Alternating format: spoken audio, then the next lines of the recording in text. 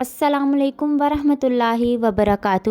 میرا ویزا آ گیا تھا۔ جب یہ بات اسے پتہ چلی تو وہ روئے جا رہی تھی اور بار بار یہی کہہ رہی تھی، پلیز مت جاؤ نا تم۔ میں نے ہمیشہ دعا کی ہے کہ تم مجھ سے دور جاؤ تو میں مر جاؤں، اور میں سچ میں مر جاؤں گی۔ پھر میں نے اسے سمجھایا کہ کچھ وقت کی ہی تو بات ہے، میں واپس آ جاؤں گا اور ہم شادی کر لیں گے۔ اس کی آنکھوں میں آنسو نہیں رک رہے تھے۔ اور پھر ایک سوال کہ وہاں جا کر تم مجھے بھول تو نہیں جاؤ گے؟ میں نے اس کی طرف پیار سے دیکھا اور اس کی قسم کھائی کہ میں زندگی کی آخری سانس تک تمہارا ہوں گا۔ باہر آنے سے 4 دن پہلے اس سے ملا۔ جب اسے الوداع کہہ رہا تھا تو وہ بس چپ بیٹھی تھی، جیسے اس کے جسم میں جان ہی نہ ہو۔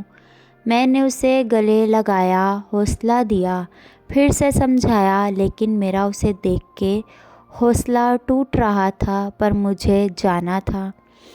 گھر سے دور پردیس جاتے وقت کیا گزرتی ہے یہ بس ایک پردیسی ہی جانتا ہے۔ میں جہاز تک پہنچتے مکمل ٹوٹ چکا تھا اور محسوس ہو رہا تھا جیسے سب پیچھے چھوٹ گیا ہو۔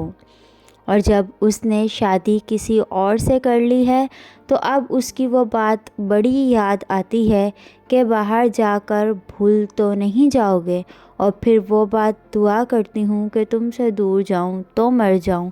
تب میں سوچتا ہوں کہ اب میں کسی اور سے شادی کر لوں، اور پھر اس کو دی ہوئی قسم یاد آ جاتی ہے کہ میں زندگی کی آخری سانس تک تمہارا رہوں گا۔ پھر آنکھیں نم ہو جاتی ہیں اور کوسنے لگتا ہوں اپنی تقدیر کو کہ پردیس اور ہجر میرے حصے میں ہی کیوں۔ پردیس کی قید اور ہجر کی تنہائی مجھے ہر روز رلاتی ہے۔ فرینڈز، اگر ویڈیو اچھی لگی ہو تو پلیز میرے چینل کو ضرور سبسکرائب کریں، بیل آئیکن کو پریس کریں۔ اللہ حافظ۔